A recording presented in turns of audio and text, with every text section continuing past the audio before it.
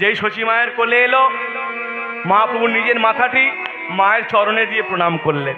দেখুন সন্ন্যাসী প্রভু মাকে কত মর্যাদা দিয়েছেন, নিজের মাথাটি মায়ের চরণে ঠেকিয়ে দিয়েছেন। তারপর বলছে, মা তোমার খুব দুঃখ হয়েছে আমি সন্ন্যাসী নিয়েছি বলে, তুমি যদি বলো আমি এসব আবার ত্যাগ করব। শচীমা বললেন, বাবা কুপুত্র যদ্যপি হয় কুমাতা কখনো নয়। তুই ঠিক করেছিস, সন্ন্যাস নিয়েছিস, ঠিক করেছিস, কিন্তু নিমাই সন্ন্যাস নিয়ে যাবি কোথায়? মা বৃন্দাবন। বাবা একটা কথা বলি, বৃন্দাবন তুই পরে গেলেও যেতে পারবি, আমার তো আর বেশি দিন নাই। কোন দিন বলতে কোন দিন চলে যাব, তোর খবরটা যদি কাছাকাছি থাকিস খবরটা একটু জানতে পারি তুই কেমন আছিস। তাহলে মা তুমি কি চাইছো? তখন শচীমা বললেন, বাবা তুই নীলাচলে যা, পুরীতে যা। এই যেই বলেছে নীলাচলে যা, মহাপ্রভু মাথাটি মায়ের চরণে ঠেকিয়ে দিয়েছেন।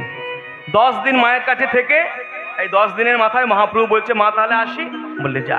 এই বেরিয়ে পড়লো মহাপ্রভু। তবে এখনকার দিনের মতো নীলাচল মানে পুরীতে যাওয়া নয়।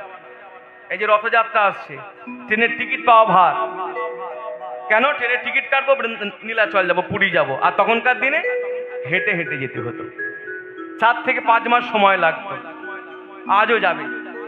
এই যে আগামীকাল সকল ভক্তরা চলে যাবে নীলাচলে, পুরীতে। পুরীতে গিয়ে অনেক লীলা।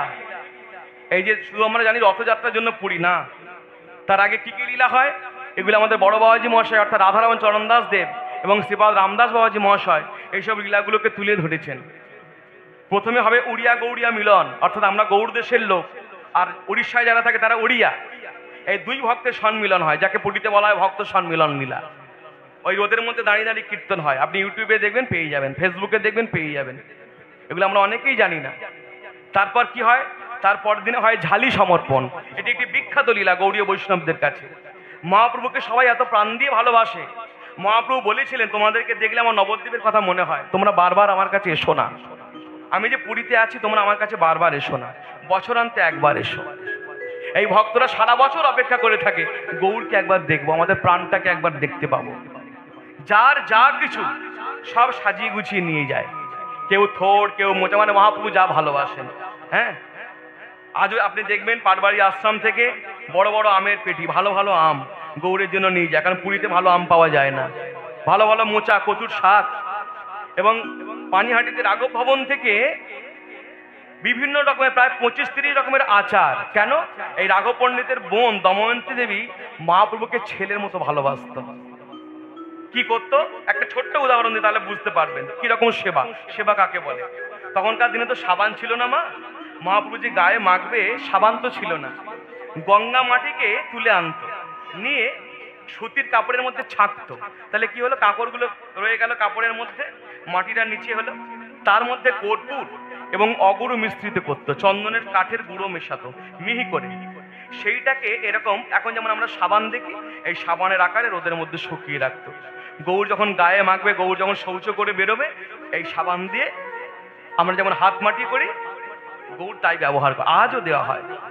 ঠিক মহাপ্রভু প্রকটকালীন যেমন যেমন ছিলেন, ঠিক আজও সেইভাবে সেবা হয় গম্ভীরায়। গিয়ে দেখে আসবেন, অহর্নিশি শ্রীকৃষ্ণ চৈতন্য নাম চলছে, সেই প্রদীপটা আজও জ্বলছে। মহাপ্রভুর নিজে পড়া খড়ম দুখানি রয়েছে, শচী মাঝে কাঁথাটা দিয়েছিলেন সেই কাঁথাটাও আছে। পাট পাতাকে শুকনো করে পাঠাতো ভক্তরা। কেন?